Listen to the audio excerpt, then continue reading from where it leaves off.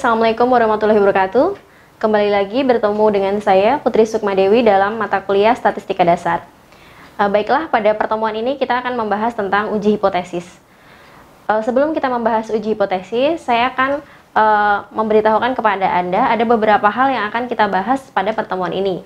Yang pertama adalah definisi dari uji hipotesis itu sendiri, dan yang kedua adalah jenis hipotesis yang akan kita pelajari pada perkuliahan ini. Kemudian yang ketiga adalah uji statistik. Ya, yang pertama yang akan kita bahas yaitu mengenai definisi. Jadi, apa sih itu hipotesis? Hipotesis secara sederhana dapat didefinisikan sebagai dugaan dari sebuah penelitian atau jawaban dari rumusan masalah.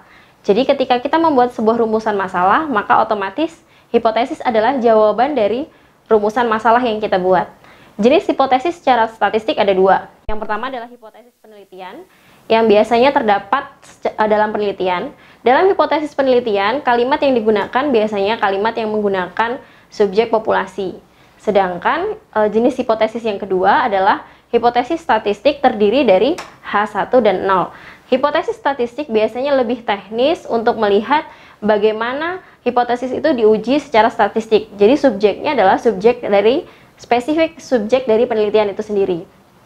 Untuk membedakan antara jenis hipotesis, saya akan memberikan sebuah tabel. Anda bisa melihat hipotesis penelitian itu adalah, misalkan hipotesis penelitiannya adalah kemampuan pemecahan masalah mahasiswa dengan menggunakan pembelajaran project based learning lebih dari kemampuan pemecahan masalah mahasiswa dengan pembelajaran konvensional. Maka di sini kita bisa melihat hipotesis penelitiannya menggunakan subjek dari populasi, yaitu mahasiswa. Sedangkan ketika kita menggunakan hipotesis statistik, dia lebih spesifik. Dalam hipotesis statistik ada dua hal, ada dua hipotesis, yaitu H0 dan H1, dan keduanya harus bertolak belakang. Apabila H0 diterima, maka H1 ditolak. Nah, contohnya untuk contoh hipotesis penelitian tadi adalah H0-nya rata-rata kemampuan pemecahan masalah mahasiswa dengan pembelajaran project based learning sama dengan rata-rata kemampuan pemecahan masalah mahasiswa dengan pembelajaran konvensional. Atau secara matematika bisa kita tulis kalimat matematikanya nu1 sama dengan nu2. Seperti itu. Jadi dapat lebih sederhana dan dapat lebih teknis untuk dibuat uji statistiknya. Sedangkan H1-nya berarti lawannya dari H0, H1-nya adalah rata-rata kemampuan pemecahan masalah mahasiswa dengan pembelajaran project based learning lebih dari rata-rata kemampuan pemecahan masalah mahasiswa dengan pembelajaran konvensional. Ini adalah salah satu contoh H1, atau secara matematikanya kalimat matematika dapat ditulis nu1 lebih dari nu2, seperti itu. Contoh hipotesis penelitian lain misalnya ada pengaruh signifikan antara kemampuan pemecahan masalah dengan disposisi matematis. Jadi di sini ada variabel satu akan mempengaruhi variabel yang lainnya. Nah, secara hipotesis statistiknya ada dua hal. Yang pertama adalah tidak ada pengaruh signifikan antara kemampuan pemecahan masalah disposisi matematis, dan yang kedua hipotesis satunya yaitu ada pengaruh signifikan antara kemampuan pemecahan masalah dengan disposisi matematis. Jadi seperti itu membedakannya secara teknis antara hipotesis penelitian dengan hipotesis statistik. Baik, kita akan next untuk melihat bagaimana uji statistiknya. Jadi uji statistik itu sangat bergantung pada hipotesis yang kita gunakan. Jadi hipotesis apa yang kita gunakan, maka uji statistiknya harus menyesuaikan.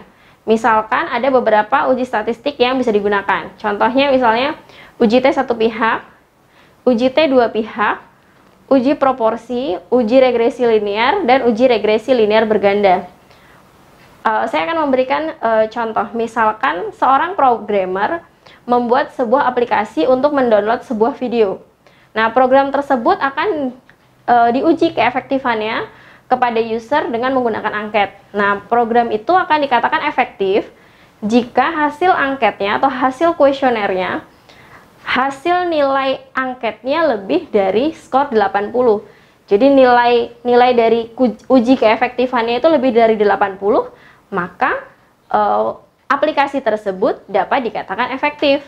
Atau ada kategori lain untuk mengatakan efektifnya, misalkan program akan dikatakan efektif jika user yang hasil angketnya lebih dari skor 80, lebih dari 50%. Berarti ada dua hal yang bisa diuji di sini. Yang pertama adalah dengan menggunakan uji T satu pihak, dan yang kedua adalah dengan menggunakan uji proporsi, atau kita bisa menggunakan uji T dua pihak. Misalkan dengan uji T satu pihak, berarti secara teknis hipotesis statistiknya adalah H0 sama dengan rata-rata keefektifan program adalah 80 atau new sama dengan 80, dan H1-nya adalah rata-rata keefektifan program lebih dari 80 atau new lebih dari 80. Nah, uji hipotesis lain misalnya uji T dengan uji T dua pihak, H0 sama dengan rata-rata keefektifan program yang sejenis sampah. Berarti new 1 sama dengan new 2. Jadi program tadi akan dikombin atau akan dibandingkan dengan program yang lain. Hal tersebut juga bisa untuk menguji apakah program tersebut efektif.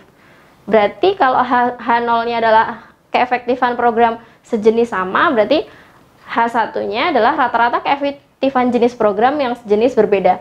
Antara program yang dibuat dengan program yang lain berbeda. Nah, kalau berbeda berarti kan ada dua hal yang mungkin. Bisa lebih atau bisa kurang. Seperti itu. Dan itu dikembalikan lagi kepada penguji. Nah, untuk yang ketiga adalah uji proporsi. Untuk uji proporsi, H0-nya bisa dibuat user yang memberikan nilai 80 atau lebih sama dengan 50%. Jadi proporsinya lebih dari 50%. Untuk H1-nya, user yang memberikan nilai 80 atau lebih dari 50%. Seperti itu.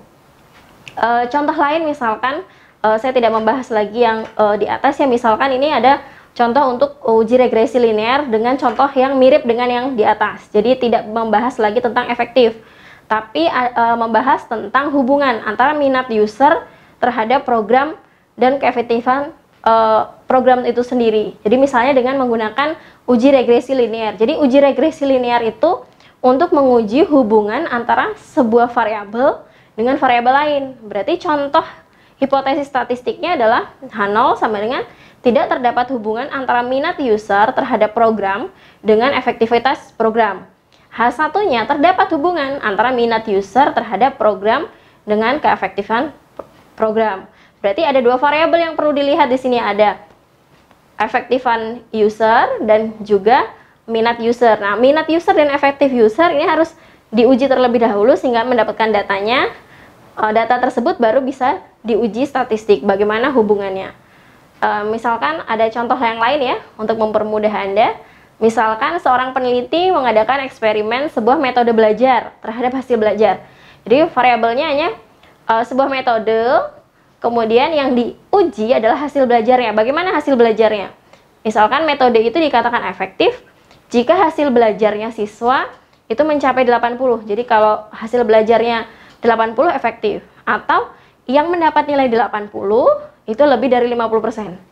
Gitu ya. Contoh hipotesisnya, kalau kita menggunakan uji T satu pihak, berarti secara statistik rata-rata hasil belajar siswa adalah 80. Jadi kalau H0-nya rata-rata hasil belajar siswa 80, atau H1-nya rata-rata hasil belajar siswa lebih dari 80. Untuk menggunakan uji T satu pihak ini, berarti Anda mengasumsikan bahwa apabila rata-rata hasil belajarnya lebih dari 80, metode tadi dikatakan efektif. Nah, Anda bisa menggunakan uji T satu pihak. Gitu. Jadi hanya rata-rata ini lebih dari 80, oh efektif, seperti itu.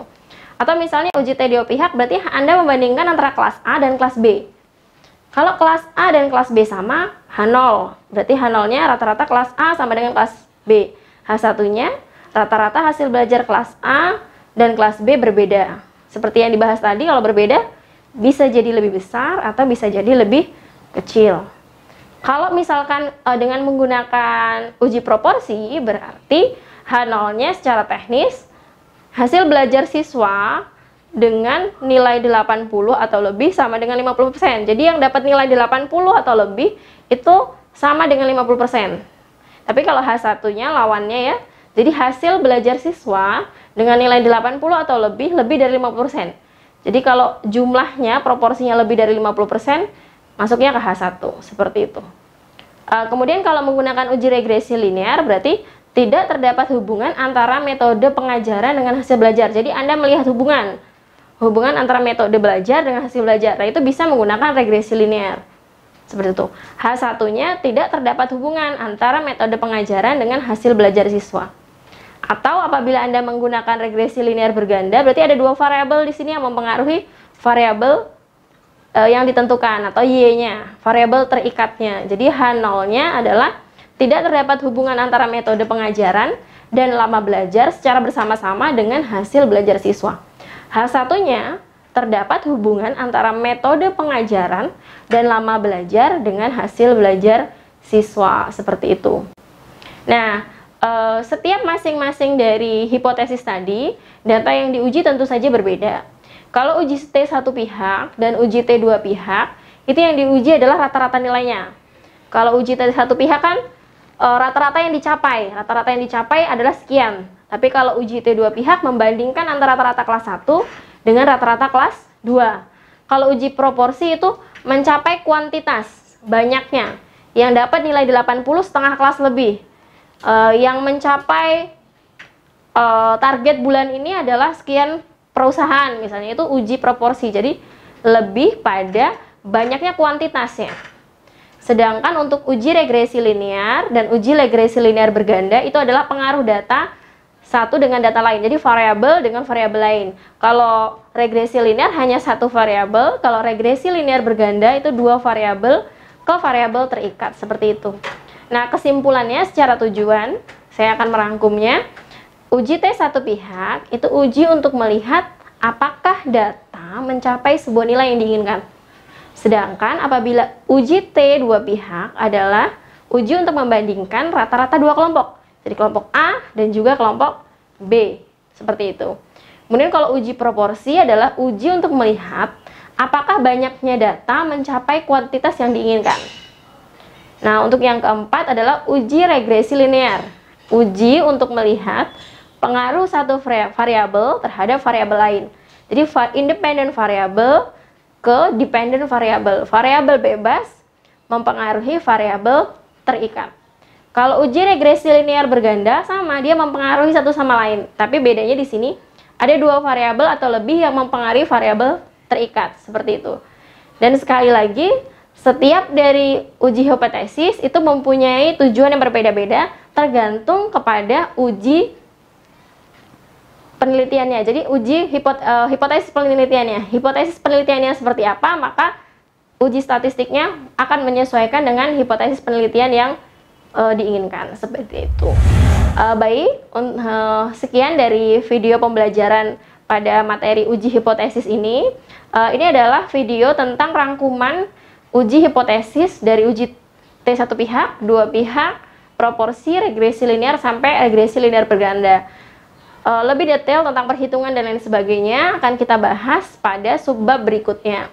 Nah, untuk menguji pemahaman kalian, Anda bisa melihat aktivitas lain dalam pembelajaran ini, dan saya harap tugas dapat dilaksanakan dengan baik, dan pertanyaan-pertanyaan yang ingin Anda sampaikan, Anda bisa sampaikan dalam diskusi atau diskusi dalam WhatsApp. Terima kasih, video ini dapat Anda akses dalam spada.teknokrat.ac.id. Terima kasih. Wassalamualaikum warahmatullahi wabarakatuh.